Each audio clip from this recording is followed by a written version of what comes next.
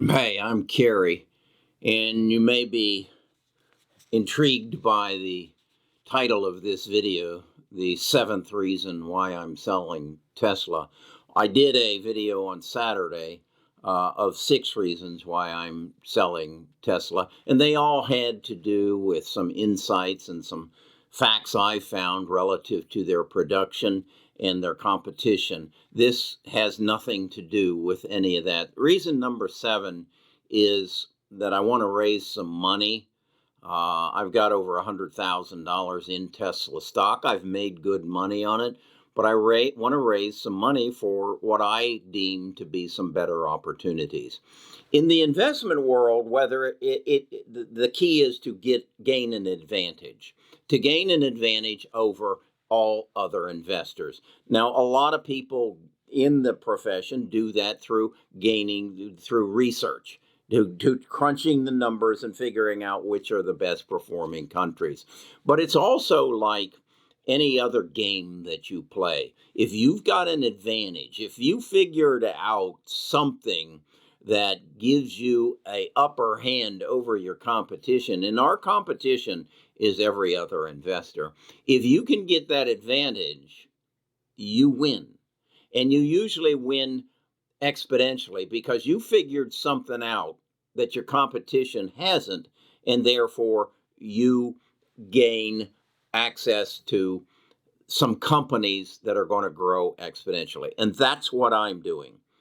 That's what I want to talk about in this video. Why I'm selling Tesla: to raise money to buy more of what I think are going to be the stocks that are going to change the way I live, to change the way you live. And I want to walk you through the process of how I came to that conclusion. Because again, I believe the opportunities for you to get filthy rich are in the stock market are the best they have been in the last 100 years. You just need to know where to put your money. And that's what we're going to talk about in this video. Again, I'm Kerry Grinkmeyer. I'm the host of Best of Us Investors. I'd ask you to subscribe. I'd ask you to give me a thumbs up if you want some good information to make you a better investor. Stay with me. I'll be right back. Best of Us Investors presents Kerry Grinkmeyer.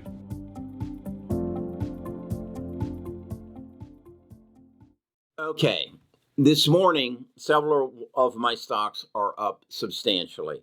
The biggest one is up over 50%, and that's Nutella, NTLA, up 50%. I used to have about 44,000 in it. I'm now approaching 100,000 in it because it's up. What's happened? They announced this morning that they have developed a CRISPR therapy that will go into the liver and block the genes in that liver that produce toxic elements that cause people to have heart disease and other diseases that kill them. And what's significant about this is that this is the first time this CRISPR technology has worked on diseases like this in the human body. They have, since the early 2000s, they have been experimenting in this sort of thing in petri dishes, but this is the first time it's worked in the human body, and the FDA has granted them the ability to do some more extensive tests on human beings, and thus the stock is up over 50% today. Now, how did I know about that?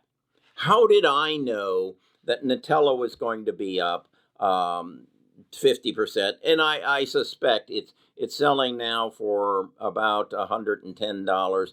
It'll be a $500 stock in the near future. How did I know that Editus would be up 17% today? Because it's all involved in you living longer.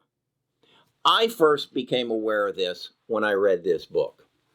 That was about a year ago. It's by Robert or David Sinclair. He's a PhD at Harvard. The title of the book is Lifespan. In this book, he makes the proposal that if we can remove the diseases from your body that kill you, you might be able to live forever. I kind of liked that premise. So then I dug a little bit deeper. He introduced me to what is called genome sequencing, and I read this book, The Crack in Creation, Gene Editing. And I learned about gene editing and gene sequencing and CRISPR and how these therapies basically come in and correct the mutations in our genes so that, in fact, if sometime in the future your children, your grandchildren, before they conceive, they will have their egg and sperm sequenced, and they will take cancer, heart disease, Alzheimer's, Parkinson's, any genetic disease out of their lifespan, out of their offspring's lifespan. Basically eliminate it from their life chain. It's a reality. I then went and read this book. This is all about Jennifer Doudna. She is a scientist who was very instrumental in developing CRISPR. So as a result of that reading, I went and researched to find Nitella, Editis, CRISPR. They are all therapies that will use the process of CRISPR to cure various diseases. Editis just last Wednesday announced a study to go into pediatric genetic eye diseases, and they are now testing that on human beings. So their stock is up about 35% over the last week. CRISPR is another one. And then Pacific Biosciences, Illumina, and Invate are all, well, excuse me, Pacific Biosciences and NTLA are companies that do the genome sequencing. Genome sequencing is again taking your body fluids, examining them, looking at your genome, and saying, how should it look and how does it look? What's out of whack? And what effects does that have on your body? In my body, my mother died of cancer, my father died of cancer, and my daughter died of cancer. So I know in my body, at least I believe, that my genome is screwed up in the area of cancer. So my family can benefit immensely from genome sequencing. And then once we know where the problem is, then Nitella, Editis, and CRISPR can come in and correct that gene, and I can live forever. Okay? Now, why am I selling Tesla? To raise money. To raise money to put more money here. And why would I do that? Well, I'll ask you. I'll give you your choice. An electric vehicle, a brand new Tesla Plaid, or 15 more years on your life, and none of your offspring will ever die of cancer, heart disease, Alzheimer's, or any other genetic disease. Which do you want? Which would you take? A longer life and your family that follows you never to have to deal with any of those diseases and improves your lifespan. Which do you want? I think the answer is obvious. Now, what I know is that of the billions of people that are in the United States, I'm a 1%er. I'm a group of the 1% who know what the hell I'm talking about, who know what genome sequencing is, who knows what genome editing is, and knows the companies that are going to lead us this way. I equate that to something that you might understand. Go back to 1989, and someone said to you, there's an industry of the automobile industry, and Mercedes is an excellent stock. You'd understand that. But in 1989, if they had said to you, there's a new invention called the internet that is going to connect the world and change the way we live. In 1989, you would have said, I don't know what you're talking about. Excuse me, I got other things to do. That's what you would have done. That's what you probably did do if you were my age. I don't want to be bothered with it. Well, that's where we are in genome sequencing and genome editing. You don't want to be bothered with it. You want to invest in that new electric vehicle called Tesla.